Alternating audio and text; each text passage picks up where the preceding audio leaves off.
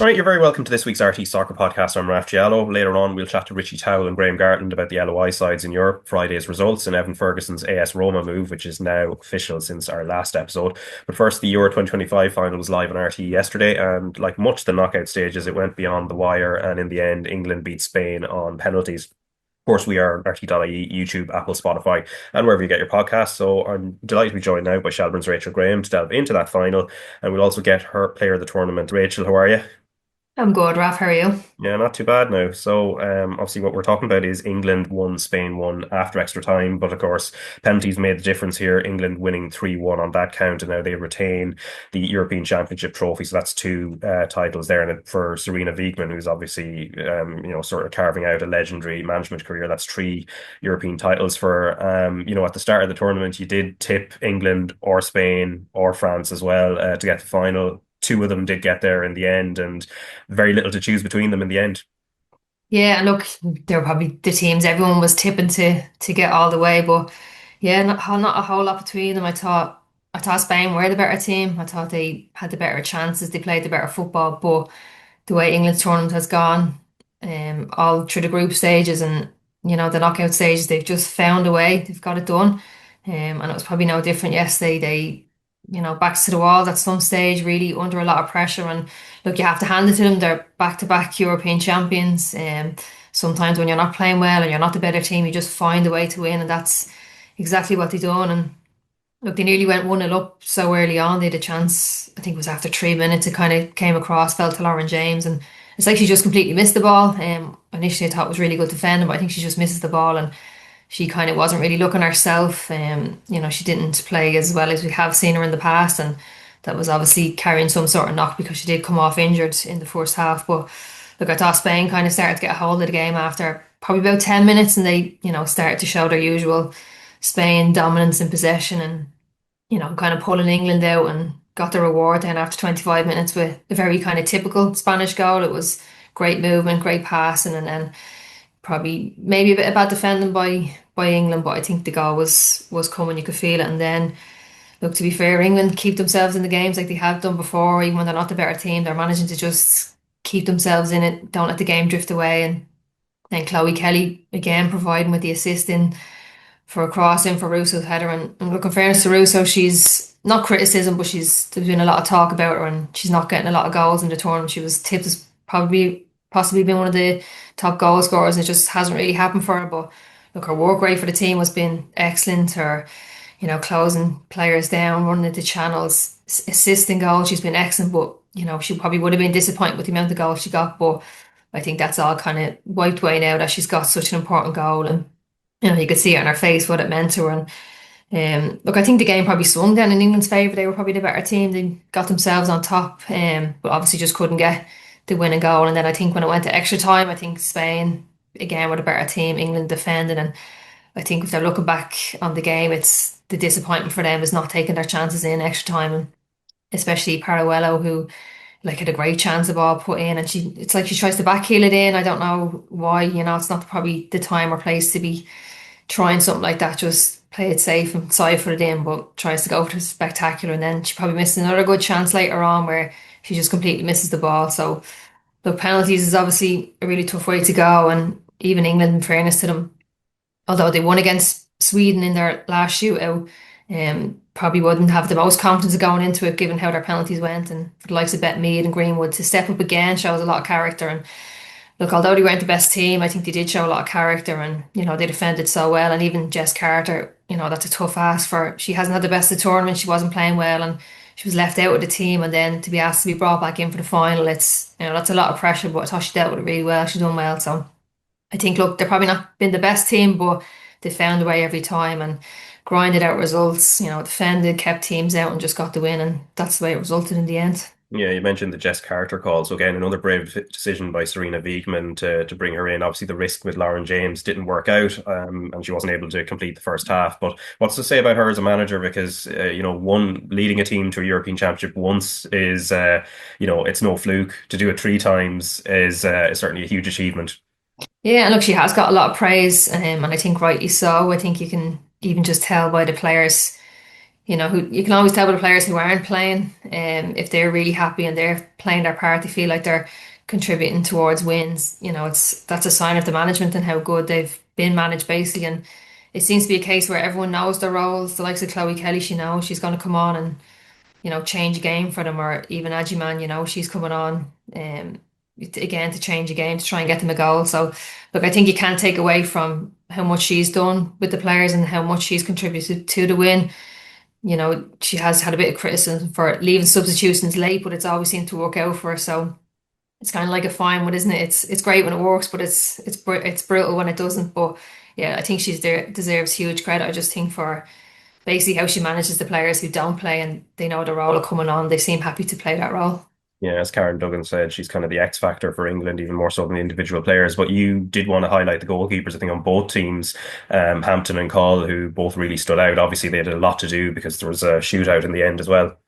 Yeah, I think in general, in the past, women's football has kind of faced a bit of criticism or negative attention towards goalkeeping. It's probably been maybe a weak area in women's football, but it seems to have gotten better over the last number of years. I think this tournament really kind of showed that. And I think, yeah, in the final, but if you remember Berger's save for Germany against France is probably the best save I've ever seen, I think, in women's football. So not even just in the final, I think in the whole tournament it's been excellent. But yeah, I think specifically in the final we've seen some good saves, and I think Hannah Hampton, she's played a huge part in England winning that tournament. She's made some big saves winning games.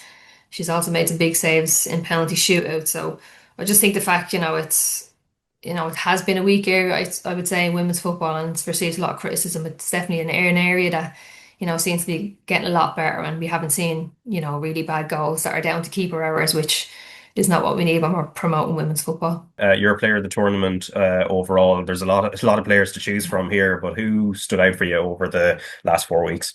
Yeah, look, like you said, there was, a lot of standout players. I think Cascarino for France, she was excellent, really exciting to watch. I mentioned Hannah Hampton for England. I think she deserves a lot of credit, and even especially to do with all the talk around Mary Earps retiring before going into the tournament. It put a lot of pressure on Hannah Hampton, but she's dealt with it really well. I thought Mateus in the early stages was excellent, but probably not so much in the final. I think she would be disappointed with her performance. So, that's a big letdown for Spain, a big letdown for her. Obviously, Bonmati won the official kind of player of the tournament, and again, she was excellent. Came from being quite sick to getting back and getting player of the tournament is a great achievement. But I think for me, I think Patry for Spain was excellent. I just think probably goes a bit maybe more unnoticed than the rest of the team and doesn't get the headlines as much as the other players do in midfield. But I just think she's excellent. I think she's so consistent, doesn't give the ball away cheaply. She's the one that kind of allows Balmati and Pateas to have that bit of freedom to express themselves, and she kind of in behind them, sweeping up, picking up a lot of loose ball. So, look, I think, it's obviously a really tough one for them to take for not winning. I think if they had won, she would have got a lot of attention, but the fact that they didn't, she's probably gone a bit more under the radar. But I think for me, she was excellent for Spain in every single game. So next tournament that we'll be looking at will be the World Cup in 2027. Hopefully Ireland will be there in the home of football, which is Brazil. No offense to England, I know, which is where football is invented, but Brazil, I think, is, as they always say, perfected the game. But anyway, let's talk about some of the more domestic matters, but in a slightly different way in terms of Athlone Town, who are in Europe on the 30th of July. So this Wednesday, they're playing the Champions League first qualifying round semi-final on home soil against Cardiff City, and then the winner would then get to a final against NK Zagreb or Agram, sorry, of Croatia on Saturday. But in terms of Cardiff City, again, you know. They've won the league, the Welsh league, 3 times in a row, but they've lost every European game in their history. But you've come across them, I think, before in terms of playing with, for Shelbourne against them in, I think, 2023, 24, and you won quite comfortably. So what's your sense of the level that Cardiff City are at? Yeah, look, I don't think Athlone are going to have too much trouble with them. Now, the time we did play them, we had both lost our first game, so this was kind of not, for nothing, but it was kind of for third, fourth place. So we had made change, and they possibly did as well. So I don't know if they were at full strength going into that game. So it's kind of hard to judge off that. And it's also 2 years ago as well. So a team can change a lot in 2 years. But I've looked at some of their footage of their season just gone, and I don't think they're kind of at the same level as Athlone will be. I don't think their league is the same level as their league, and everything's kind of going against them. They're only in pre-season at the moment, and obviously Athlone. in full swing halfway through their season. But look, I think Athlone, I think they'll win. I think they'll win pretty handy enough.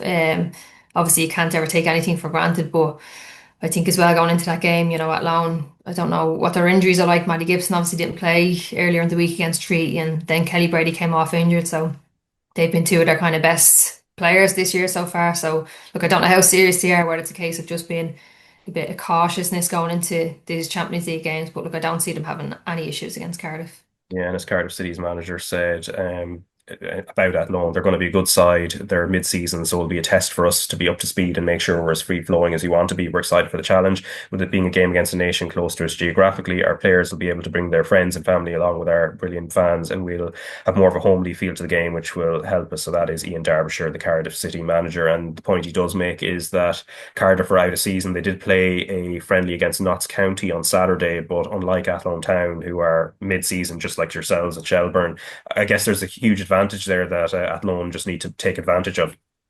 Yeah, definitely. Like you have to just start the game so well, and Cardiff are in pre-season, and look, as much as you can train as much as you want, but you just can't emulate or you can't replicate competitive games, and especially a competitive game in Champions League where it's just, especially for Athlone going in, it's their first time playing. They're going to be, basically so excited, so up for the game. I think they're going to start with 100 miles an hour. And then obviously as the game goes on, Athlone are in the middle of their season. They're fully fit. They're 90 minutes fit, whereas Cardiff might not be. And I think if they start the game well, I don't see Cardiff coming back into the game late, given the fact that they're out of season. I do think Athlone are the better team. So look, I think for Cardiff, it's going to be a really tough one. Athlone are obviously really good this year, but they're also really fit, so that's another challenge for them. But yeah, look, I think I do see Athlone probably winning this game handy enough. Yeah, and the winner, of course, as I said, will face ZNK Agram on Saturday, but again in Athlone. So there's a bit of an opportunity there for Athlone from that point of view as well, having home advantage in this group phase. But they're coming into this game off the back of a one-all draw with Treaty United, and again, this is the second game in a row where they've gone ahead, but haven't been able to push on, and then have ended up conceding an equaliser. Albeit this time, in comparison to their previous game, it was a lot earlier on. They just weren't able to find a winner in the end. Yeah, and look, I think, a draw against Galway, it's not the worst result. I think dropping points to them, it's not something that you need to be pressing panic stations for. It's, Galway are a good team, but I think they would have ideally liked to get back to win aways against Treaty. It's obviously hard to play midweek, to travel, girls are working, probably getting off early, and then, driving to Treaty is, you have everything going against you. Matty Gibson's not playing. Kelly Brady comes off injured. Don't know how serious it is. Hope it's not too bad. I think she crossed the ball and kind of landed a bit awkwardly, and then look, she did manage to walk off the pitch, which is a good sign. So hopefully it's nothing too serious. But yeah, it's points drops for them again, and then going into their Champions League game, you obviously want to be in good form, but maybe it could be a case of it's one eye on the Champions League. And look, it is hard, it's something you grow up watching, and when it's a week later, you obviously want to do everything you can to be in there. So if you're kind of feeling any sort of niggles, it is hard to put yourself through a game that you're possibly going to then put yourself out of the Champions League. So whether it's a case of that, I don't know. But yeah, again, another clean sheet for Athlone. Look, it's a great goal by Treaty Kate Lawley, who's playing really well at the moment. It's a great strike. And look, I did watch the game. I watched the end of the game, and Athlone were really pushing for that winner and had a couple of chances, and the Treaty defended really well. So I just think, yeah, it's obviously disappointing going in now that you're not in winning form, but I think they're going to be so excited they'll probably just forget about them league results. Yeah, and then in the Avenir Sport All Ireland Cup, obviously yourselves, you were in action against Bohemians, so 2-2 draw at Dalymount Park, 6-5 on penalties to Bowes, so Bowes go to the final. We'll talk about the other semi-final a little bit later on in terms of who they're going to be meeting, but you've had a lot of battles with Bowes, and obviously it's a real derby rivalry as well. Only a couple of weeks ago, obviously they got the better of you in the league. So how did you approach this challenge, knowing the I suppose the recent results and just how tight it has been? Yeah, it looks the same way we approach every Bowls game. It's going to be a really tough one. There's always kind of that bit of feeling, like you said, a Dublin derby, and it's always a really tough game for us. And I think the first half I think was pretty even. We went 1-0 up really early with a penalty. I think we won it within 30 seconds or something like that, and then they came back and got an equaliser. And look, I do think the first half we were pretty much even. It was probably a fair result going in a half time, and I felt then the second half we kind of started to get on top and went 2-1 up then, and I did feel like we were in control of the game, and then obviously probably the maddest the quickest two red cards I've ever seen. I think it was in 30 seconds of each other. We had two players sent off for two different incidents. So obviously just completely swings the game. And we have to obviously, go really defensive. We've only nine players, so we're kind of parked in our own half, and that Bows are throwing everything at us, and then we obviously get a really late penalty that they, in fairness, the man to saves, and then they follow up and finish it off, and then look obviously lose on penalties. But yeah, look, like you said, every game we have against Bows is always tough. I think any sort of league form or who's where on the table kind of goes out the window. So look, it's obviously a hard one to take, but I just think as you get older, I think you just learn to move on. You don't dwell on them. I think we're still in a really good position for the league. So, back training tonight with Cork away the weekend. So that's where our focus is going now. But look, I think in fairness, the Bows is great for them. They have a cup final to look forward to. I think it's next month. I'm not sure what date. So, excitement for them going into the cup final against Wexford. Yeah, and I suppose they're a young club as well in a certain sense as well. So there's that as well. And in terms of obviously there's the men's club, which has a long history, but for the women's team, possibly getting the chance to win a first trophy could push them on. Yeah, I'm not sure how many years they're in it now, but they were kind of one of the newer teams who come in, and probably maybe it's their fifth year. I'm not sure. Just something probably around there. But yeah, look, they've done brilliantly from their fourth season to where they are now. They always have a really young squad, but they've, like I've said before, they've really good players. They've Hannah Healy, Ava Brennan, young Emma Cochran. We would have had a lot of these players at Shells, and seeing how good they were underage, and probably just haven't broken into our squad yet, and can see the chance to play 90 minutes every week, which is brilliant for them. We've never tried to stop them going. You kind of go, you wish them well. Kate McCarran as well, the same. So, yeah, look, a really young squad. They've Rachel Kelly also as well, who's a really good goalkeeper. Who's their captain and a great leader for them. So, yeah, look, I think for them it's brilliant. They have a cup final to look forward to. It'll be the first thing that the club will ever have won if they do go on and win it. So, it's a great exciting feeling. They have a few weeks now to prepare for that. Yeah, in terms of the whirlwind start that you mentioned earlier on, obviously Mackenzie Anthony had a long wait. I think 7 minutes between when the penalty was awarded and then when she actually got to take it. Obviously, Kate Mooney was being treated pitch side as well.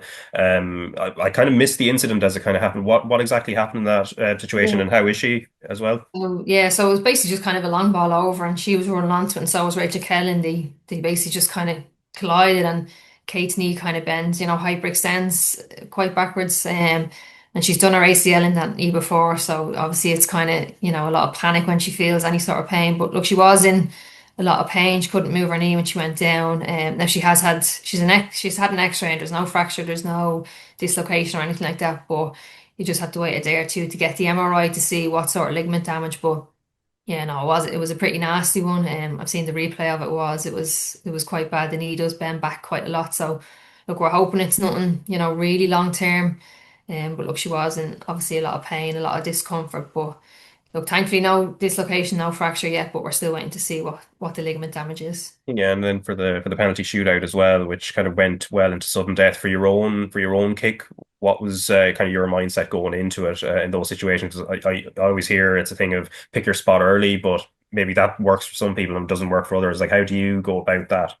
Yeah, look, and obviously, it didn't go well, but I was kind of just saying to myself, like, just get it on target, just keep it on target. So that was the main thing I wanted to do, and obviously, to be honest, it's actually a bit of a blur. You don't even really remember. I just obviously she saved it, but I don't even couldn't even tell you where it went, or I obviously went to my left and she went the same way and saved it, but. Yeah, look, it's obviously a tough one to take, and probably a bit naive. Probably didn't really practice it as much as we could have. And look, I'm not the one who's usually stepping up for in front of goal or in panels. And obviously, with the two players sent off, went to sudden death, and it was only I think it was me and Maeve who was left, who was only a young player, and she didn't want to take it. So I think as one of the more senior players, you can't really send someone up like that who just is not confident. So went up, obviously didn't go our way, and then I think it was Lisa Murphy then scored the winning penalty. So look, you win some, you lose some, but you just you take it for what it is and you move on.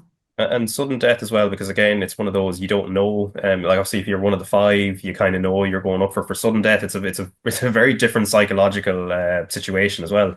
Yeah, because you don't know if it's going to get to you or not. Obviously, the first five now, the chances are they're going to take one. But I think when I got past there, I think Kiva went next, and then I actually thought Amanda McQuillan was going before me, and then I just had to turn around. It was me taking it. So look, what can you do? You have to, I also, you get a bit of comfort when you watch Spain taking them. Bon Mati missed hers. I'm like, well, the best player in the world can miss them. Anyone can miss them. So look, it's obviously tough to take, but look, you dwell on it for a day or two and then you move on. Yeah, and it's a lottery. And obviously, as I mentioned, there was a second semi-final. So Wexford later that evening went to Galway United and won 1-0. So they're into the final to play Bowes. And it was an excellent goal here from Ellen Malloy that really separated the sides.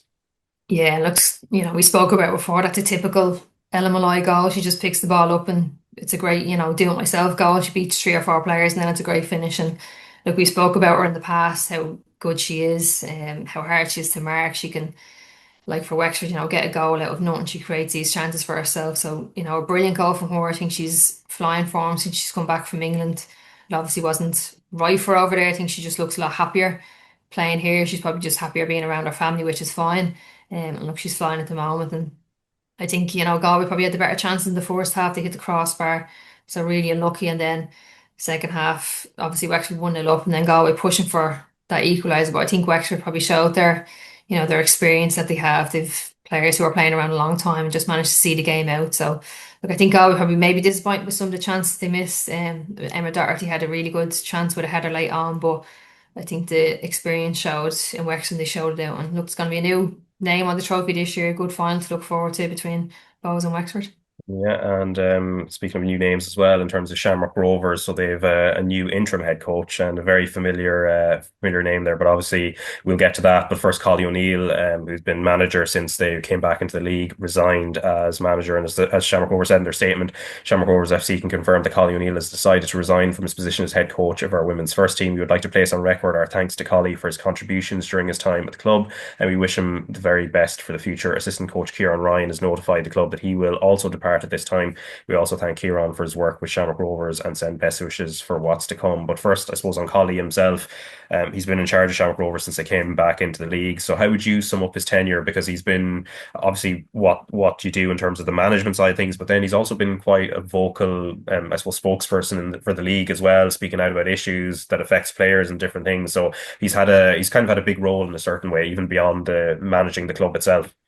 Yeah, and look, I think to be fair, we had a tough ask of coming in with a brand new team and probably had the expectations of winning a league in their first year, which is a bit mad, is always going to be really tough to do. So, not that they were setting themselves up for failure, but I think put a lot of probably pressure on the team coming in who was new together. And it was kind of players from all around other teams. So that takes a while to gel, it takes a while to get to know how to play with each other. But in the first year, they finished third, which is probably a great, finishing for a team only new into league, FAI Cup semi-final. And then in their second year, probably, a bit weaker. They finished fifth place, lost out in the All Ireland Cup final. And then, this year now they're sitting in sixth at the moment. And look, I think with every manager, it always comes to an end at some stage. I think it's maybe the right time. I think he's done well. He's got players in.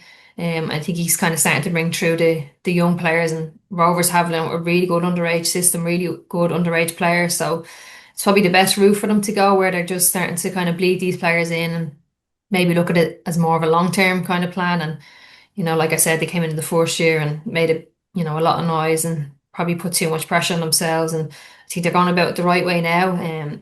Look, obviously, I think, the results haven't been so bad, but I just think in the results that they have lost, look, they drew away to Sligo and, lost the DLR most recently. I think they were probably the ones where, the real killer. And the funny thing is, if they win two of them games, they're in third place, like, and you're probably not even talking about needing a new manager. But look, it's obviously, what the club feels is maybe time for a change.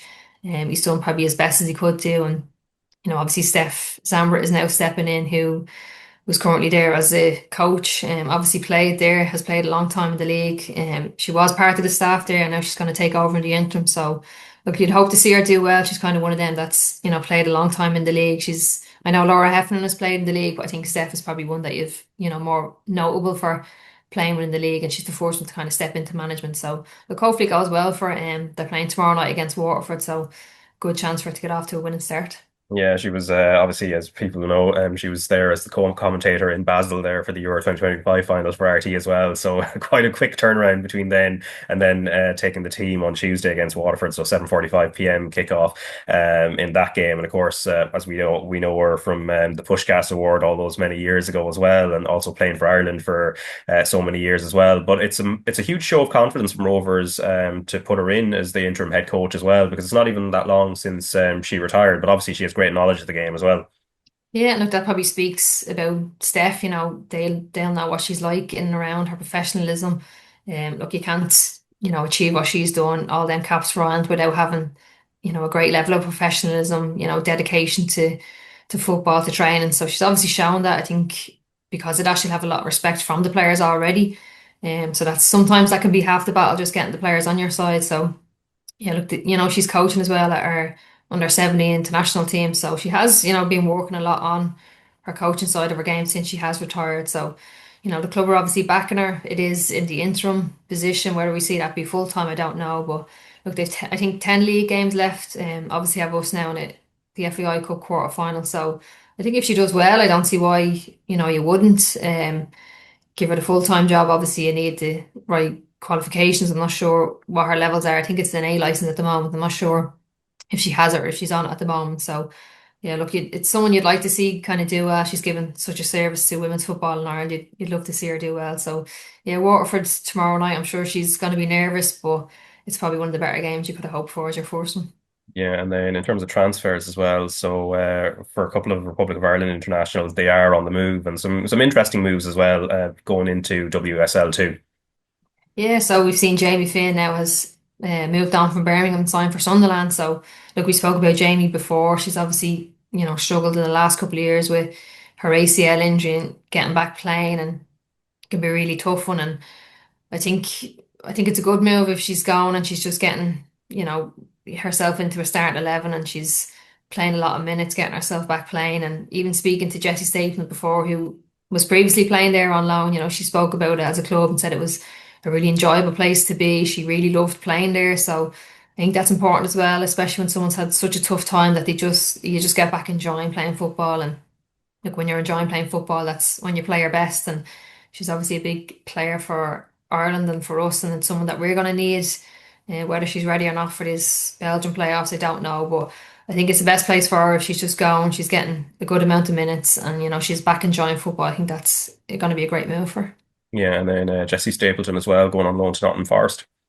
Yes, that one just obviously seen this morning. Now she's still signed with West Ham. She's got a year extension, but they've put her out on loan again to Notts Forest. So again, another player who's quite young, obviously wasn't going to get a whole lot of game time at West Ham, and this is what they feel is best for her, like she has at Sunderland, I think Redmond before that. So, Chloe Mustaki's also signed there, but I've seen they've gone fully professional now, so they've obviously put a lot of investment into it. I think they've 18 full-time players, so again, a great position for Jessie to be, hopefully getting starts, getting near enough 90 minutes because, she's proven to be one of our big players. And at the age of 20, you can see her being a big, big player for us in the future. And again, coming up in October, if you want to do well in this playoff, Jessie's a big part of that as well. So, look, it's a great move for her, just considering how much investment the club seem to be kind of backing going in. They're only new into that league. So it's a bit of an unknown for them, but hopefully it goes well for her and Chloe. Yeah, as you mentioned with Chloe there, I suppose that's going to be a benefit to her as well. But then also for Jamie Finn, having I think Grace Maloney and Marissa Shiva have all just moved there recently as well. Having those kind of familiar faces, I imagine it's also I don't know how much it factors into your decision making when joining the club, but it certainly doesn't hurt anyway. Yeah, look, it's obviously definitely easy to have, a familiar face there, someone you're friendly with. And even the likes of Jamie, she could have asked Grace Maloney and or asked Marissa, what's it like, could have asked Jessie what's it like there. And they've obviously told her good things about it if she's decided to move there. And then obviously Jessie, I don't know how much of a say she has if she's been put out on loan, but to have Chloe there who's, would have been teammates at Shelbourne as well. So they obviously know each other and obviously then through Ireland as well. It's always nice to just have someone who's come from the same country as you, a bit of home comfort. And, if it is a case you're ever missing home, you have someone there who's, gone through the same stuff as well. So, yeah, it's definitely always easier. But yeah, I'd love to see them do well, hopefully. Yeah, so best of luck to both of them. And that's it for this segment of the podcast. I'll be joined very shortly by Richie, Towell, and Graham Gartland. But Rachel, thanks very much for your time. No problem, Raf. So thanks to Rachel Graham there, and we're going to continue talking transfers for a short while. And I'm delighted now to be joined by Richie Towell and Graham Gartland. Lads, how are you? Oh, good, Raf. Thanks for having us. Good stuff. Obviously, lots of LOI to talk about later, both the European games and the league results as well. But first, I wanted to talk about Evan Ferguson, who we have talked about over the last couple of weeks in terms of his move to AS Roma. Last week's episode was just before the move was confirmed. It's a done deal now. He is now wearing the red and gold of Rome's Premier club. And obviously, Graham, you've, I think, in the past spoken about the fact that you played with his father. You've known Evan since before he even knew what a football was. When you look at this move now, we've talked about the pros and cons over the last couple of weeks, but now that it's happened, he's in an uncertain period in his career in comparison to the explosive start he had. But is that a blessing in disguise, in your point of view, that he's going to Roma with a little bit less expectation than would have been the case maybe if this had happened a couple of years ago? Yeah, I think the timing of it is just right for him to go, and just like the Premiership is all encompassing and it's so global now. And the Italian league is probably the one in Europe that's a little bit quieter in terms of. Now, don't get me wrong; it means everything to the Italians, and the Roma fans are absolutely crazy. And if things aren't going well, these are the type of fans that turn up at the training ground and stuff. And we've seen that through the years. But for his point of view, I think he strikes me as a player that needs games to get his match sharpness up, and but he can ease into that a little bit. He has a good pre-season behind him in Italy. And once that comes, his sharpness comes. And once his sharpness comes, then he's a different player because he is quite tall and he is like has a presence about him. That's the ones when he has a chance to go and work on his feet, and it's not as high pressure. That is the pace of the play in Italy will be different to the Premiership, and I think that will suit him as well. And you see with the likes of Edin Dzeko that went there for Man City, and he done really well, and he strikes me as a similar player to that. That the tempo of the game might be a bit slower, and I'll allow him just to build into that. But like his attributes are all there, but his attitude has always been top notch, and he's willing to go and he just wants to play. He's got a taste for playing, and he wants to play. And fair play to him for taking the chance to do it, because it would have been easy to sit at Brighton, and it would have been easy to say, "Oh well, I'm on a big contract and I can sit here and just go through it." But he's not. He wants to go out and play and prove himself constantly. And look, Rome is a massive club, and the Italians, we were talking about off air, how insular they are and how much they only look at inside their league. They don't really care about anything else. So there will be pressure on them to perform at Roma, but I think it's a different type of pressure. I think it's a pressure from within the club, where I think at Brighton and even in Ireland, we're just constantly want Evan to do really well, and when's he going to play and why isn't he playing, and there's every conversation is around him, and he can just go and play his football outside of that little bubble, and I know we're going to keep checking in on him, and that's our jobs as well. But it's a great move for him, and I really hope it goes well for him. I really do.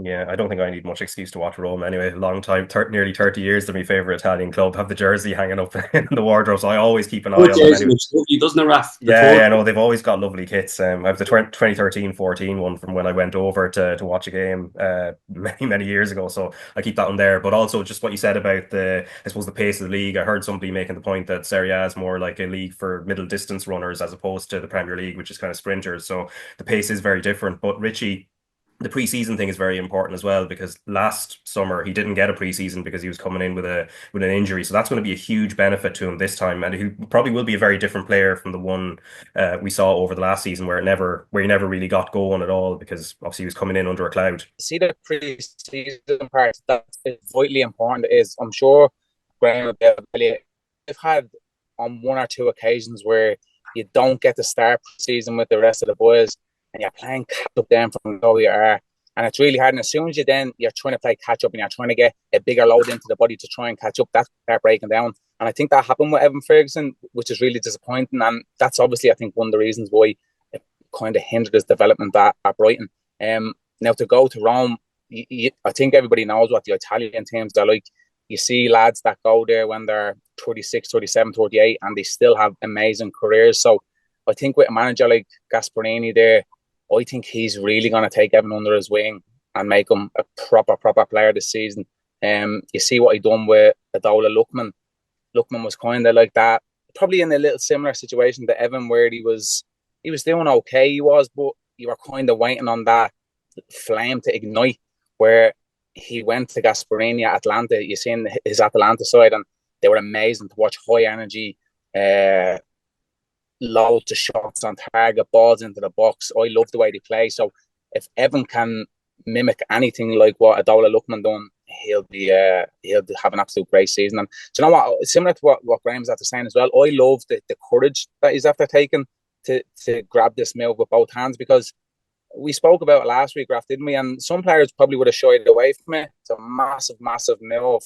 And sometimes it can swallow a player up, but you see the courage that he's at having, not just the courage, but the confidence as well. So, listen, I think everybody in Ireland is rooting for Evan to go over there and be a success, and hopefully he does.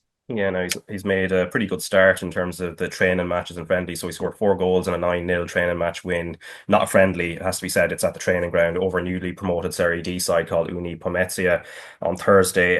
The goals were a header, which was completely unmarked from a corner. Second was a ball over the top with a good first touch and then lashed into the top corner from an angle. Third deflected off him and into the net.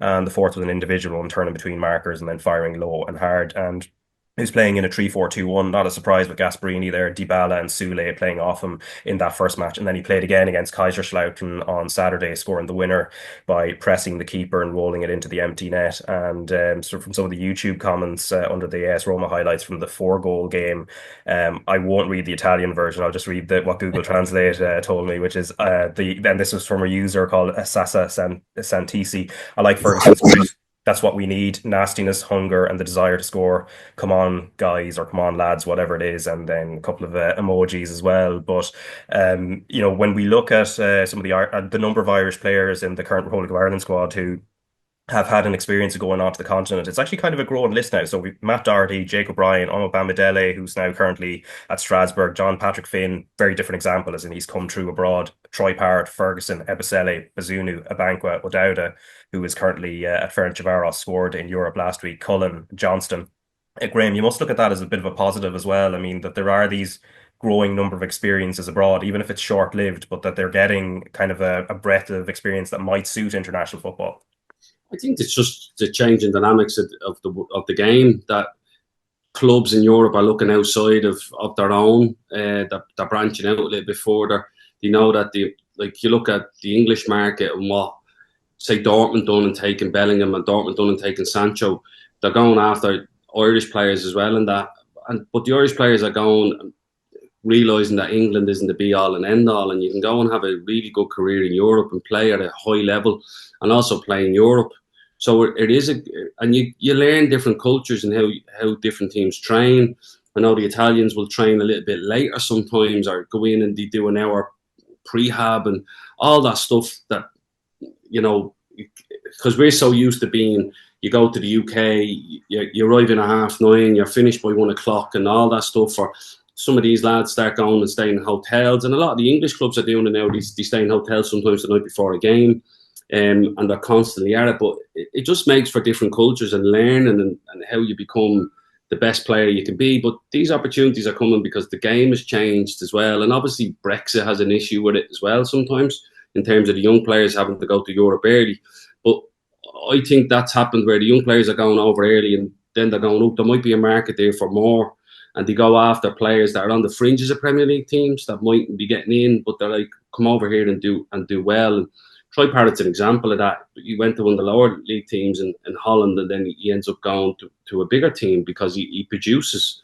And that's it. It's easy to say, I went here, but you have to go and produce. And the more you produce, the more other teams then take a look at it and say, come and do it for this group. So I think it's a massive positive, because the Premiership is ruthless and it's so global, and we're all the youth players that have to come through our own system to cap the financial side of it as well. There's an element of that if you're not producing your own kids, the money goes, I think it goes against their what's the term for the money that comes in, where you have to have a certain amount of young players, and then you sell them, you get that. It brings the cap down for your finances.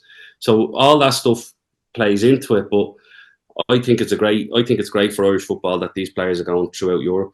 Yeah, and obviously there can be pitfalls as well. There's Kevin Zefi's development. Of course, we spoke about him last week with Alan Collie in regards to the fact that he was on trial, playing in a trial game for Sligo Rovers against Mansfield Town. He scored. Obviously, he went to Inter Milan and Roma, and I know you would have coached him at times on his way up. So, what have you made of his development? Because he had a very interesting interview there with Sean O'Connor in the Irish Independent as well, where he kind of detailed where things might have gone wrong for him and why he's now trying to find a new path forward. And he's still currently on the books at Roma.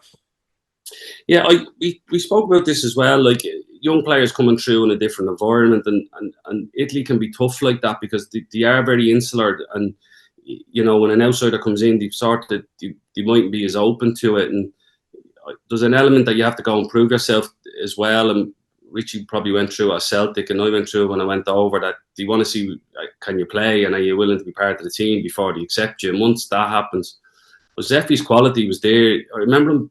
He played a year above himself in a game against us when we were young, under 12s, I think, and he was just a little bit bigger than everybody, but he was still dynamic. And then when everybody levelled out, he ended up being a small little dynamic player that could go both ways.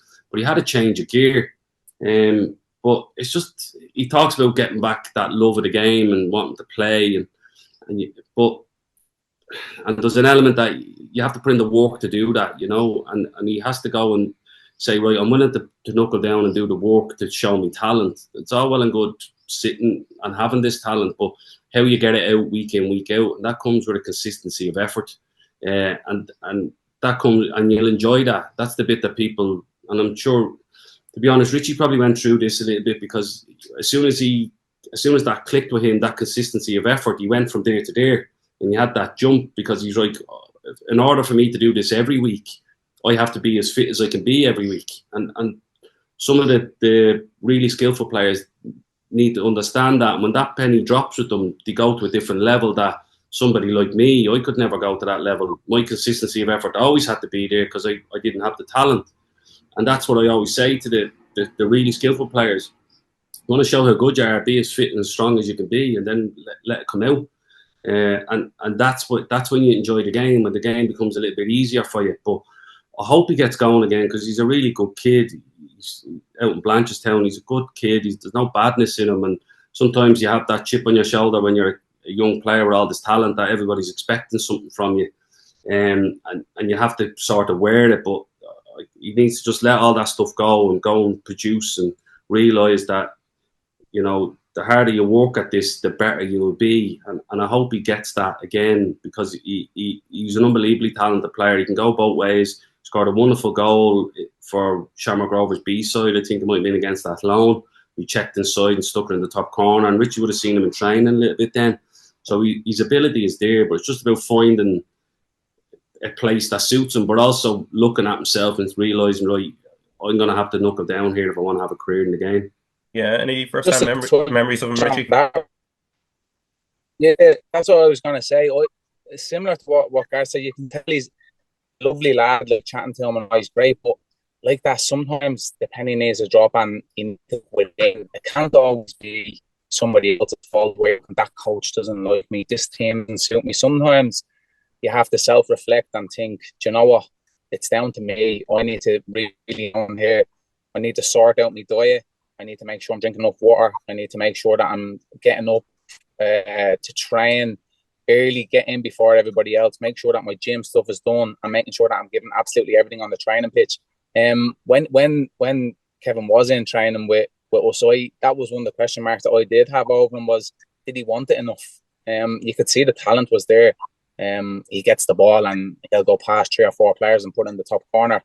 That's never in question, but I always just question that, like, did he want it? Like, sometimes you need to grab the bull by the horns and really have a right go at it. And obviously it hasn't worked out for him so far, but he's still a young boy. And I genuinely think that if he sits down and self-reflects, I think he could have a serious career. It's something I had to do.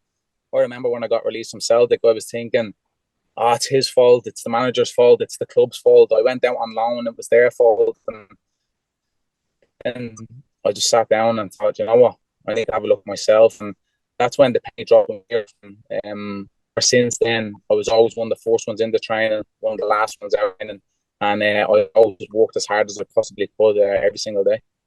Okay, and also just a note before we talk about the League of Ireland clubs in Europe, Finn Azaz is out until late August with a quad injury, apparently according to Middlesbrough. Not ideal, obviously, with the World Cup qualifiers in early September. But let's talk about the League of Ireland sides in Europe, starting with Shelbourne, who lost 3-0 at home to Qarabag in the first leg of their Champions League second qualifying round. And Richie, I suppose there are positives that Shels can take from the overall performance, obviously not from the result itself. I think that tie is probably done and dusted at this stage, but it was very obvious Qarabag are on a different level in terms of the quality in their squad. I think Anthony Pine, who was covering the game for RTsport.ie, he was pointing out like Abdullah Zubir, their captain, who was playing on that left hand side. You could just tell like he was kind of running the game a little bit in that first half, and he kind of made the difference in terms of the assist for that first goal.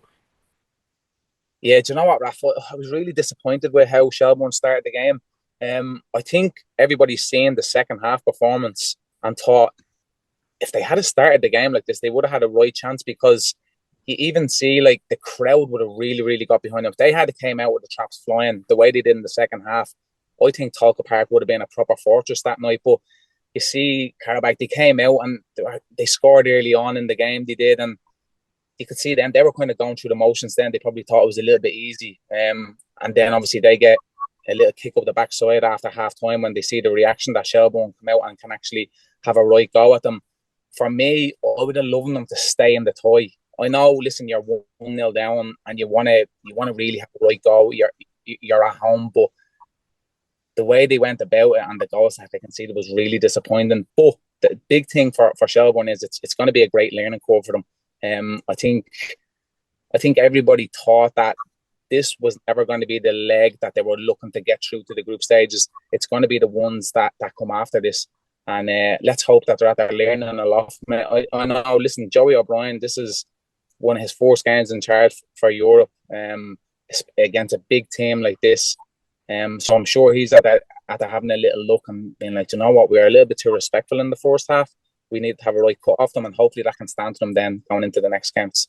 Yeah, and particularly that second half performance, Graham, it was pretty impressive. Obviously, they were at that stage a goal down, and before then, Qarabag went and scored second and third after the 80th minute. But there was a thing where Qarabag seemed to be letting Shels have a bit of the ball, and it was just sometimes there was a little bit of sloppiness, it felt like. Yeah, a little bit, but I also think that was forced by Shels pushing up a little bit more and getting that a little bit tighter and just killing that space and getting that half yard closer when you're closing people down. But that's where I think Richie talks about the learnings they get from the game. I think you can be aggressive all over the pitch, but there's certain positions you can't be, and that's what the second goal was, where they were too aggressive in that point, and then he's in at the back line, and that comes with experience in Europe that you can say, right, everyone else just can go and push up, but no matter what, our six doesn't get exposed, or our sitting midfielder doesn't get exposed like that because they're straight in at the back line.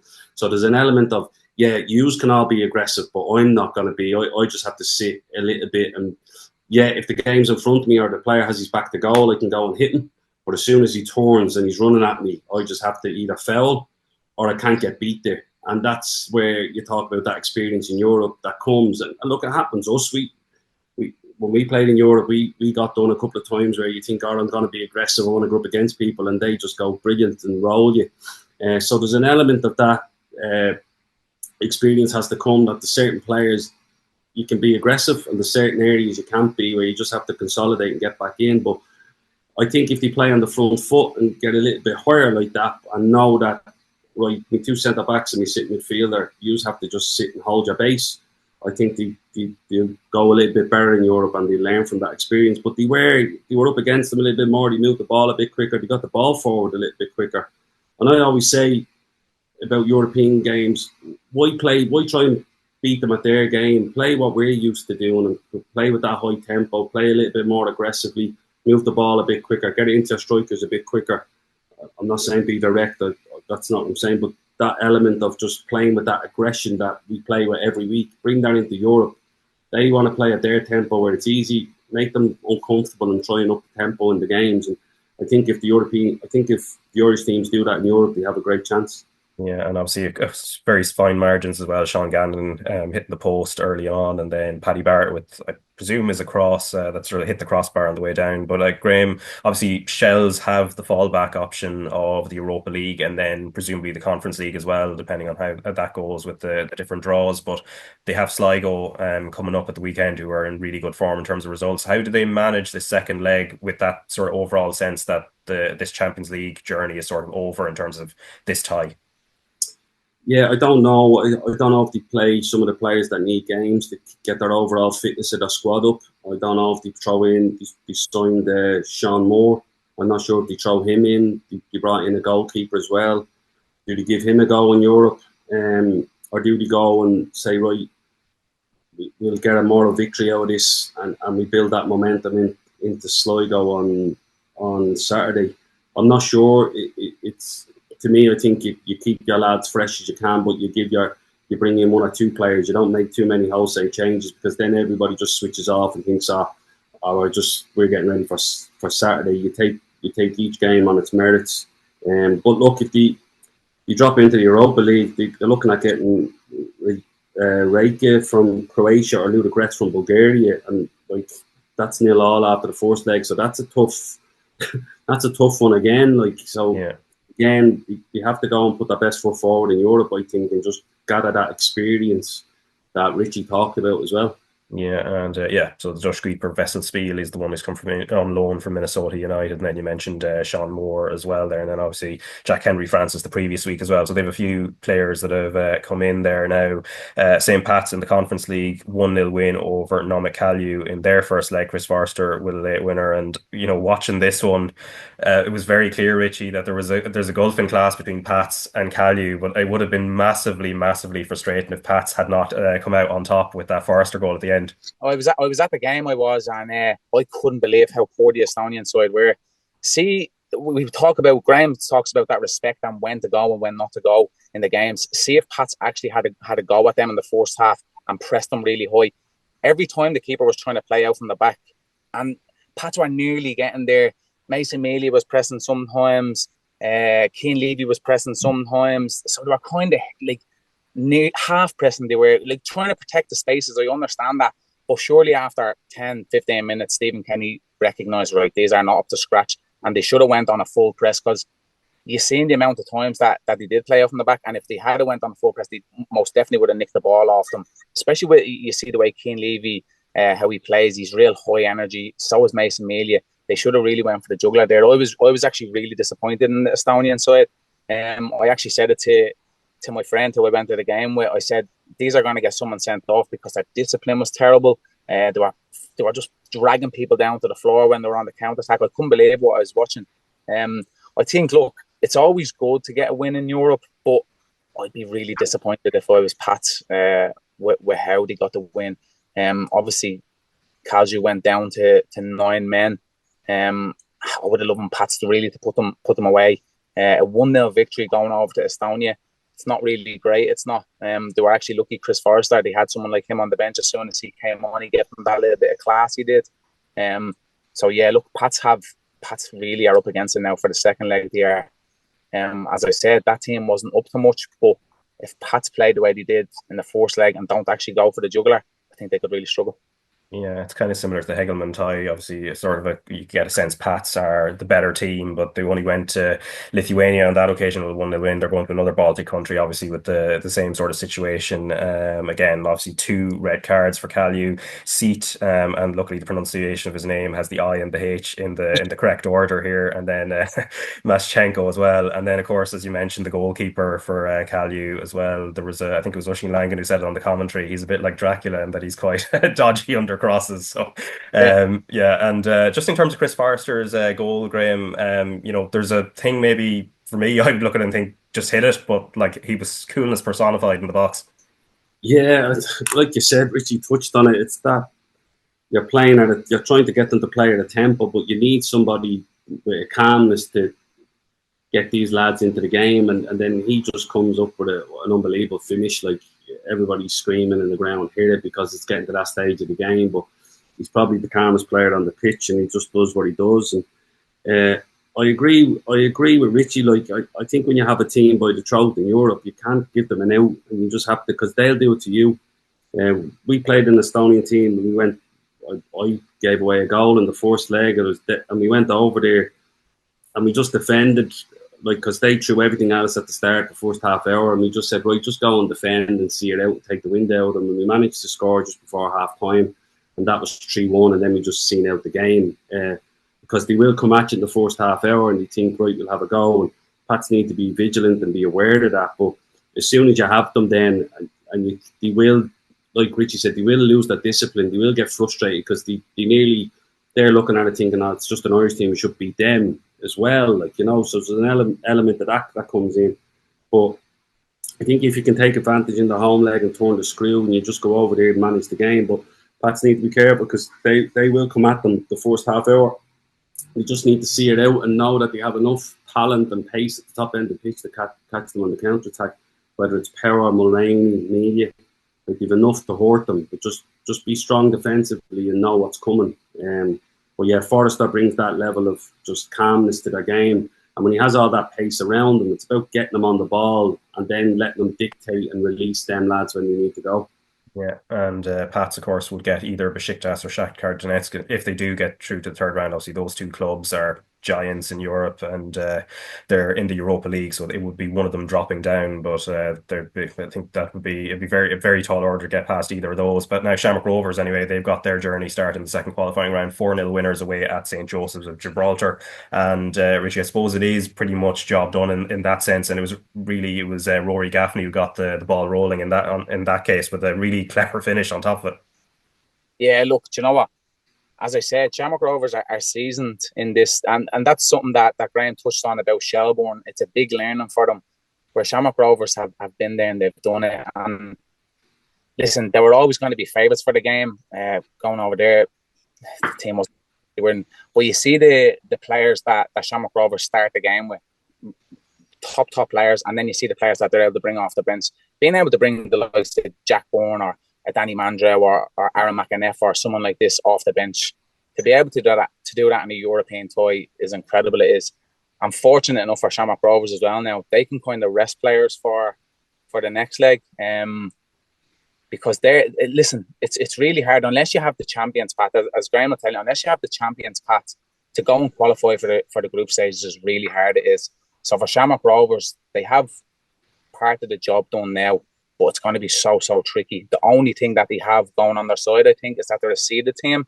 Hopefully that works in their favour, because it'd be great again.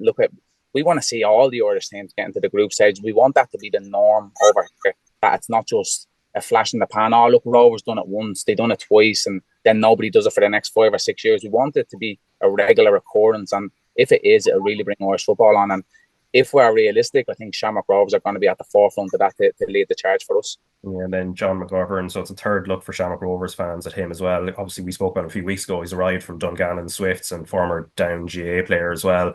First goal for the club as well, near post finish, Michael Noonan cross. But he's played a few minutes against Wexford in the Cup a few days earlier, and then 15 minutes as well in the last league match against Sligo. What have you made of him so far, Richie?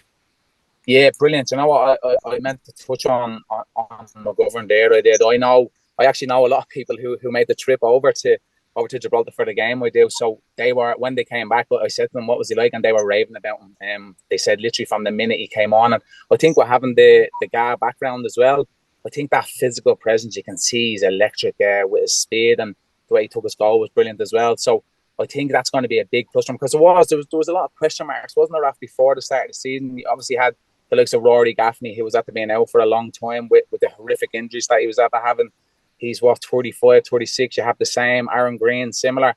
And then you're relying heavily on someone like Michael Noonan, who's only, let's be realistic, he's only a kid still, he is. Now, we were all hemming and hawing about that at the start of the season, because we didn't know how that balance was going to work. Now they have someone like McGovern who's coming in, who's a perfect age, in super shape. It looks like he's an absolute match made in heaven for the way Shamrock Rovers play. So, look, he's at the scoring on his debut, which is, as anyone knows, for a striker scoring your debut, it's absolutely incredible. The Rovers fans will love him already, and if he continues to score goals, and especially in Europe, not just the Rovers fans, but I think his manager Stephen Bradley will love him as well. Yeah, and Graham, interested just looking at the midfield area as well. So Jack Byrne, who's obviously a top class player, but last season in Europe, he wasn't really starting in games. He would come on often, and it seemed to be the case again. Scored a lovely goal, obviously, when he came on, adding the fourth goal. But they've also brought in then Conor Malley on loan from Sligo Rovers, where he'd been sort of frozen out. So what do you make of the midfield makeup at the moment in terms of the options they have and the depth? Yeah, I think the options they have in the league, they can go with their box in midfield, and they can play Jack and Graham at the top end of it against the League of Ireland teams. I think in Europe, and we've seen in the group stages, they flattened their three. They had Watts, O'Neill played a little bit, and obviously they brought in Healy this year to play that little one at the base, but they put legs either side of the sitting midfielder. And what would happen was the wing backs would actually sit into a five, and then one of the midfielders would branch and jump out to a fullback, and Richie smiling because he was probably part of that. You know where tactics off to a T. I could go into detail on that. I know exactly. I don't mean to cut across you, but Graham's exactly right. The manager loved having Neil Ferrugia, Marcus Poom, lads who you're up, you're 11.5, 12k per game. You obviously had the likes of Gary O'Neill or Dylan Watts who would sit in the middle of the park, and like that. That's what I was saying about Shelbourne and a Pats. When you go away from home, you have to sit in that five and allow your midfielders to get the donkey work done that nobody else really wants to do. And it's Graham's spot on. It's unfortunate that you kind of miss out on seeing players like Jack Bourne then. Because look, we all love watching Jack. His creativeness, when he's on the ball, he's a threat at all times, no matter where he is. But yeah, sorry to cut across you, Graham. You're spot on there. That's exactly what the manager wanted. He wanted legs in that as a flat three to go either side. And as I said, he only knows how to do that from learning it. We changed. Yeah, exactly. Because we used to play that box all the time. I was part of that where we play that box in midfield. And then you go away from home against a Ludogorets and you're 3-0 down and you're thinking, right, something has to change. But that's where the good manager steps in and is like, right, well, I might hurt a few egos if the likes of myself or Jack Bourne or a Graham Burke is not playing. But like that, some people used to look and think, Neil Ferrugia is playing midfield, what's going on? But Neil had unbelievable legs. He was a ball carrier. He could take you from one end of the pitch to the other. And that's exactly what you need in European football. You need somebody to be able to have you in transition that you can get up to the other end of the pitch and couple of they were perfect at doing that. But Graham, sorry for cutting across you, but you're spot on there, yeah. No, but that's where you notice that in Europe, because I would have done a lot of the early games in Europe, and like you said, you probably lost that midfield battle when you're playing that box midfield. The spaces either side of your sitting midfielders would be exposed in a 3-5-2 or a 5-3-2 or a 5-4-1. So the spaces either side of that box would have really hurt Rovers at times. So I noticed in the group stages where he just flattened the midfield, and I said, look, the wing backs in a league game would normally engage higher up the pitch. They'll go full back. A wing back will go on, push onto a full back, and the centre back slide out. He didn't do that in Europe, and that's why it's hard for the likes of Jack and sometimes Graham to get into that midfield, where I think the best chance they have of playing is as one of the two front men, where he might play off the front, whether it's Graham Burke played off Gaffney, but you're very rare you're going to see Burke and Bourne start in the midfield in Europe for Rovers. I think they might play together sporadically, whether they chase the game or not, but I don't think you'll see the two of them play together or start the game together for Rovers in a while. So, but look, it just shows you, like, Rovers go and beat a team in Gibraltar.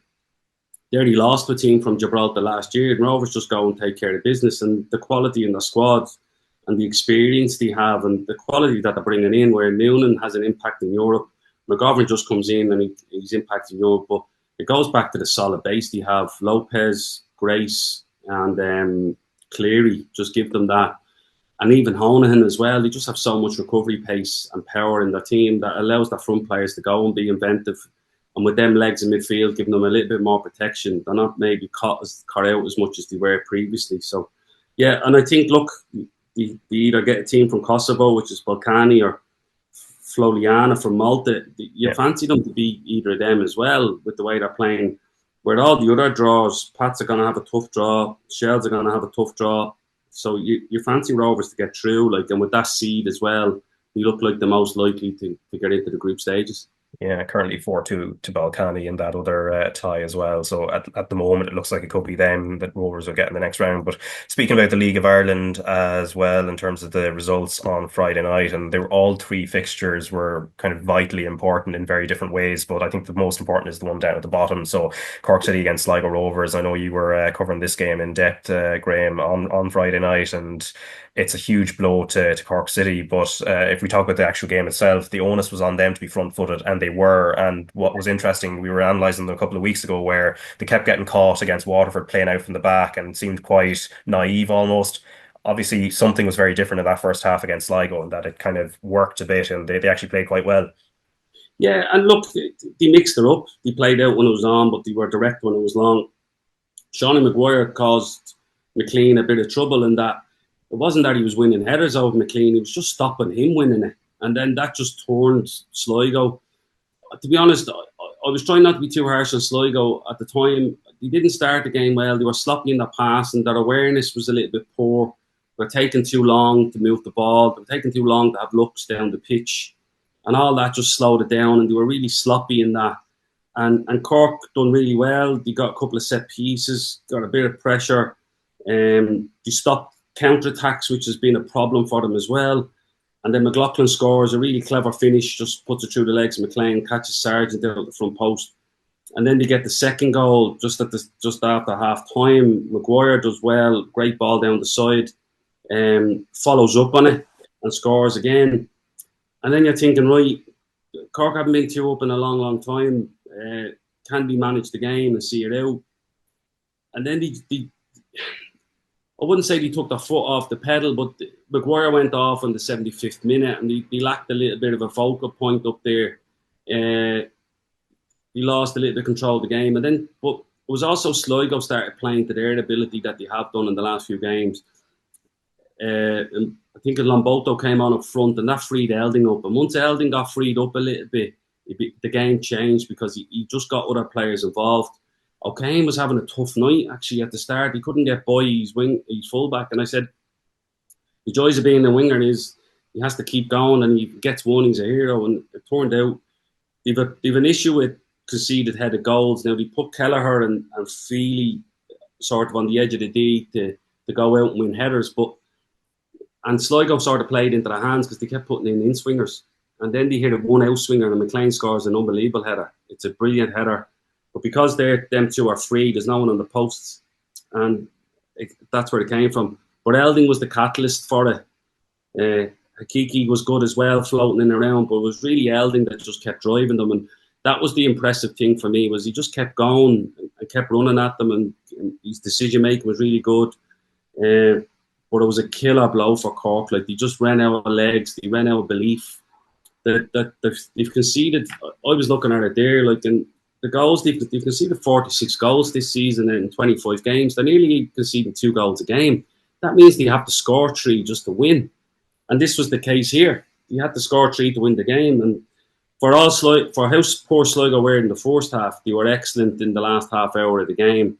And it looked like they were going to win it, because I remember thinking Maguire was going to give man of the match, and I just held out a little bit. I said, just wait, I think there's another goal here. And that's why ultimately Elding got it. But he was excellent. And O'Kane's finish is brilliant. But they lose the first header. They win the first header, but they don't get seconds in midfield. And then that's the small little things that are just so important, that they were doing really well in the first half, Raf. They were getting the seconds. They were forced to the tackle. They pressed really well with Nelson and Maguire. And then that just tailed off a little bit. And as soon as that came off, Sligo got a sense that they can turn this momentum, and they did. Yeah, and Will Fitzgerald also seemed to be getting a bit more space, because there were a couple of times he got through balls in, which weren't happening in the first half, obviously, as well. But, then the game hinges on Alex Nolan hitting the bar at one end, and then obviously Ryan O'Kane in the next Patchester play scores the winner to make it 3-2 for Sligo. But Richie, when you look at it psychologically from a Cork point of view, I think you'd said a couple of weeks ago you felt they were down anyway at this stage, but psychologically, having gone 2-0 up against Sligo, and then kind of losing from a winning position in comparison to, say, if they had played as poorly as they did against Waterford a couple of weeks ago, which one would hurt them most, do you feel? That most definitely has to hurt the most. Like, in the position that they're in, do you know what, Raf? I was delighted how they started the game, because I felt like they were trying to overplay out throughout the last couple of games since Jane Ashes came in, and I've seen them. They went a little bit more direct in the game, and like as Graham says, Sean doesn't have to be winning the header, but like that, he does enough to bump the, and like that, it gets you, instead of you playing out from the back, it gets you 70, 80 yards up the pitch. It does, where you can play higher, and they got their reward that they did. You go 2-0 up, you did, against a team who's your closest rivals to try and stay in the league, and you don't hold out. So that would have been absolutely devastating for them. I think the manner that they concede the goals as well, it's like you're watching them on repeat. They're conceding the same goals. It must be really, really disappointing from Jane. Now, I heard his interview after the game, and he said that they're working tirelessly hard on the pitch and behind the scenes. I know he's probably a little bit frustrated in the loan signings they've made. I heard him saying that he wants to sign Irish lads who wants to play for Cork City. So yeah, look, it's really worrying times down there for Cork City at the moment. That's obviously a crushing defeat to Sligo. So it's going to be very, very interesting to see how they bounce back from that, because I know Jaren Ashley would have had a really, really difficult job in picking the lads up on Monday morning. Yeah, he was talking about developing more homegrown talent, just who can provide value rather than sort of I suppose the overseas players where that hasn't, but where you wouldn't get. They keep selling the lads. Those lads, a couple of lads, Jake Newman has gone to Benfica, and other lads gone to Monaco. Like, you have to either you play them and put them in the team straight away, or you sell them and you get the money for them and reinvest into the club. But if you're going to produce homegrown lads, play them. Like, you know what I mean? But what else have you got to lose at this stage? You saw what Collie O'Sullivan has done for them this year. He's been excellent. He's been their best player. Why not throw Dunn in, even if he's 16? Why not throw in the likes of Jade Newman, who was capable of playing for them in the last couple of years? Put them in and then try and convince them to stay, instead of like not playing them and then having to sell them. So it's all well and good saying it, but stand over it and play them and see where it takes you. Yeah, and obviously they're in that point of being. I think there is a sense that they have been a bit of a yo-yo club. So we will, in the next few weeks, I suppose, as the season unfolds, maybe talk about where they go next, because this time coming back into the league hasn't obviously worked out in the way maybe it would have been assumed at the start of the season. But Waterford have pulled away from the bottom two, 4-2 win away from Galway United, who are now sort of mired there a little bit. But I suppose, Richie, from a Waterford point of view, what's really helping them is that firepower up front, and it's not just Podge Hammond who scored a couple of goals, but it's Conan Noonan around him, and I suppose his goal to open it up was brilliant as well. But they just have options up front, and Tommy Lonergan as well. Yeah, that's the big thing for Waterford. They have that firepower. Now, obviously, Graham, he'll know Conan really closely. I know he's worked with him before. The most impressive thing with Conan is he plays off both feet, and you hear when some people play off both feet that they can swing their left foot at it. But I think you see it's very evident with Conan Noonan's first goal. He gets it out of his left foot and he rifles it across a diagonal shot across the goalkeeper and scores. For them to have Padraig Hammond, Tom Lonergan and Conan Noonan, that's exactly why. Look, people were talking about Waterford getting dragged into it. They're 2 points, or they're ahead of St. Pat's now, and they're only 2 points behind Shelbourne. So Waterford, if anything, I know with John Coleman, the way he'll be thinking, he'll be looking up the table. He won't be looking down the table anymore. But on the flip side of that, you have Galway. If I was them, I would most definitely be looking over my shoulder, because I think everybody sees the form that Sligo are in. They're absolutely flying at the moment, and I feel so sorry for John Caulfield, because I had many great battles against John. I did, and I know how good of a manager he is, but I don't know what's going on down there at the moment. They're normally the hardest team in the league to play against. They're always defensively so sound, and then they always create chances with like that. Their balls into the box, long throw-ins, corner kicks. They always bombard the box. They do. But I think they've conceded 7 or 8 goals in the last 2 games. I think they've 1 win in the last 8 games. So really, really worrying times down at Galway United at the moment. The big thing for me is what struck with me was you heard a few boos at the end of the game as well, which is not normally like that down in Galway. So yeah, look, tough times ahead for them. So hopefully they can get back to winning ways, because they're in desperate need of a win. Yeah, because defensively, Graham, just looking at the goals they conceded and even the chances that Waterford would have had, it was just interesting how many times Galway were being caught with balls over the top. There's the one that Amond gets at the beginning, but he sees his shot saved. But then there's another one, the one he actually his first goal of the game, so to make it 2-0, a ball over the top, and he kind of latches onto it, and Galway defenders sort of backpedaling, and it just seems very un-Galway like in a certain way. Yeah, like last year when they first came up, they built their foundations on being solid at the back. I think Moses Doyle, they've sort of changed a little bit to accommodate being a bit more of an attacking threat this year, but they've lost their defensive structure because of it. I know they brought in Clean-Burn from Bowes to try and help that as well and give them a bit more of a better balance, because they had a lot of left-sided centre-backs. But you're right, that distance between, if there's no pressure on the ball, like you can hold your line if there's no pressure on the ball or there's no threat over the top, but if there's both, you have to drop, like, and you have to you give up the least troublesome thing in front of you, which is, all right, I'm going to let Padraig Amond go and collect the defeat, but he's not getting in behind. And then you can say to your strikers or your midfielders, you just need to get pressure on the ball if we're going to go up this pitch, like.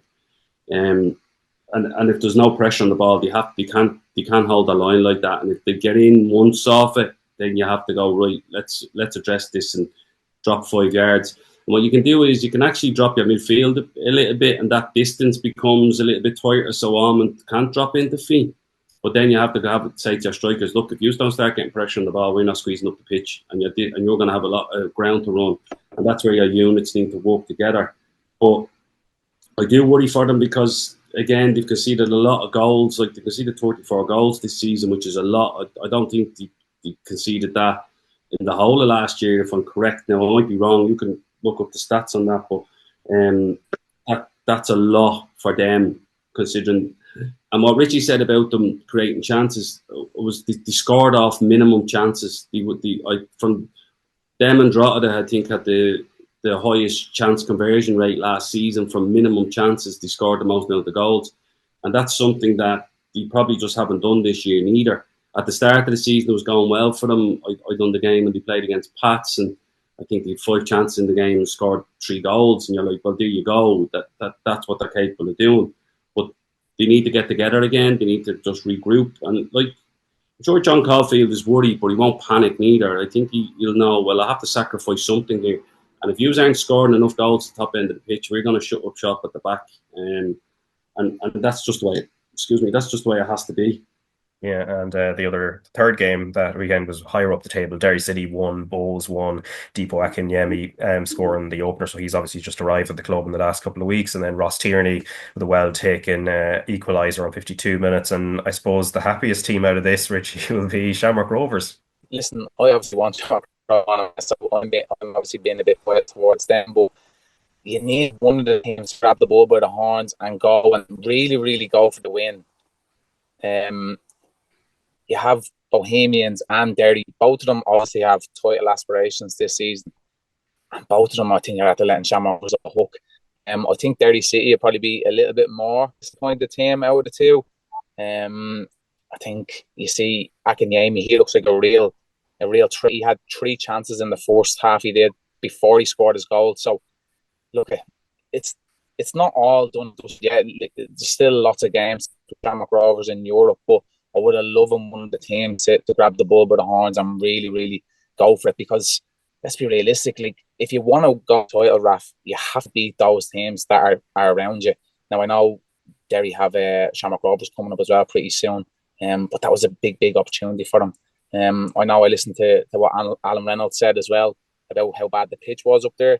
I don't know if that's a big factor in where Derry are at the moment. You see the type of players that they have now, Raf, they're heavily investing in the talent that's on the pitch, but yet they have this pitch that the boys can't go out and show what they're capable of. So I don't know if they need to have a little look at that up at the board up there and see if they can maybe go back to a grass pitch, because if they had a surface similar to what they have in Tallaght Stadium, I think Derry will be a lot higher up in the table than they are at the moment.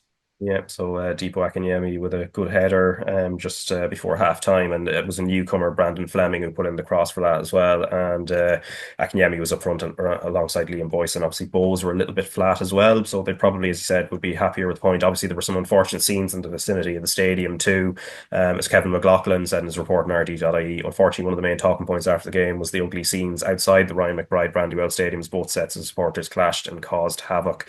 And then in the first division, UCD beat Kerry 3-0. Finn Harps and Cove shared the points 2-2 there. Dundalk 3-2 winners over Wexford. 2-2 draw also between Athlone Town and Treaty United. And then on Saturday night, Bray Wanderers went to Longford Town and won 2-1. And with Dundalk point of view off the pitch, so the Ireland under-19 international Sean Keogh is leaving Dundalk for a six-figure sum to join Brighton. And per James Rogers' piece in RT.ie, Keogh, who completed his leaving cert earlier this summer, is the first Dundalk player to move to Brighton since a certain Richie Towell a decade ago.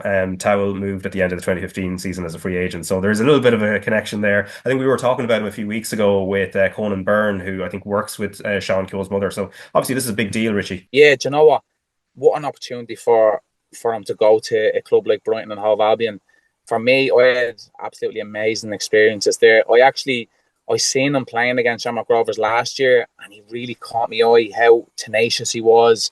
For such a young kid, how he went and played the game, I was so impressed. And I was thinking to myself, Dundalk are obviously after getting relegated from the Premier Division, and I was thinking this kid is going to be snapped up by someone in the Premier Division at the end of last season, and then nothing materialised. And obviously, you see him now after getting his move to Brighton and Hove Albion. What an opportunity for him! I think genuinely it's one of the best football clubs that any young player can go over to England to. I know you have your Man Cities and your Chelseas and all these type of players, but if he's going to a proper family club, they're going to really look after him. They have every facility there known to man that's going to help him progress as a football player. They have the people behind the scenes that are going to help him progress as a football player. So what a mill from him. Absolutely delighted for him. Yeah, and then I suppose finally the Sports Direct FAI Cup third round draw was made last week as well, and these matches will be played on the 15th to 17th of August. So Finn Harps against Bray Wanderers, Kerry FC against Cove Ramblers, Shamrock Rovers against Longford Town, Cork City, Waterford, Salthill Devon versus Galway United, Pats versus Shells, Derry City against Drogheda, Bows against Sligo Rovers, and obviously we're going to have one of those matches live on RT2, and the RT player will let you know which ones closer to the time. And I suppose, Graham, looking at those, lots of local sort of either provincial derbies or sort of like full-on derbies as well, like Pats and Shells, and then obviously Cork, Waterford, Salthill, Galway, Cove, Kerry, and then of course on top of that you throw in the meeting of last season's finalists as well, Derry and Drogheda. Which one are you looking forward to most? To be honest, we've done a few of the Pat Shells games, and we've ended up not being, there were nil halls and stuff, and then those other ones, like last year's Pat Shells game, I think it was the 3-2 game, was unbelievable. Yeah. So it's a mixed bag. Obviously, Cork Waterford stands out as well with where Cork are in the league. But Salthill Galway would be a good one as well, a bit of local rivalry. But look, Pat Shells with the small bit of rivalry that they've built up over the last few seasons. Obviously, Damien not being there, he was a massive catalyst to that rivalry and what went on. But they both would have ambitions to go and win this, to get them back into Europe. That's the thing. They believe that on any given day they could beat anybody in the league. They're just not consistent enough at this minute. So they'll have their eye and thinking, right, if we can win the FAI Cup, it guarantees us Europe for next year, and it gives them a trophy and it appeases a lot of stuff that's gone on in both clubs. So yeah, that would have to be the standout game in the toy. But look, the Drogheda Derry one's a big one, because obviously Drogheda are holders. They want to try and get back into Europe again. But what happened to them this season? Derry be disappointed with how poor they were in last year's final. They just didn't turn up. I don't know if the White Blazers helped them on the day, but they just didn't turn up. And so they have to right a few wrongs in that. And Derry will believe that they can go and win a cup as well. That's sitting third in the league. And they know on any given day they can produce. And they went on a great cup run last year, just up until the final, where, like I touched on, they just didn't show up. But they were the outstanding team in the cup last year. I don't think they conceded the goal. And they went away to Bows and won and everything. And you just thought, they're going to turn up on the big day. But they didn't, and Drogheda well deserved to win. So that's a massive game as well. So I don't know which one RT you're going to show.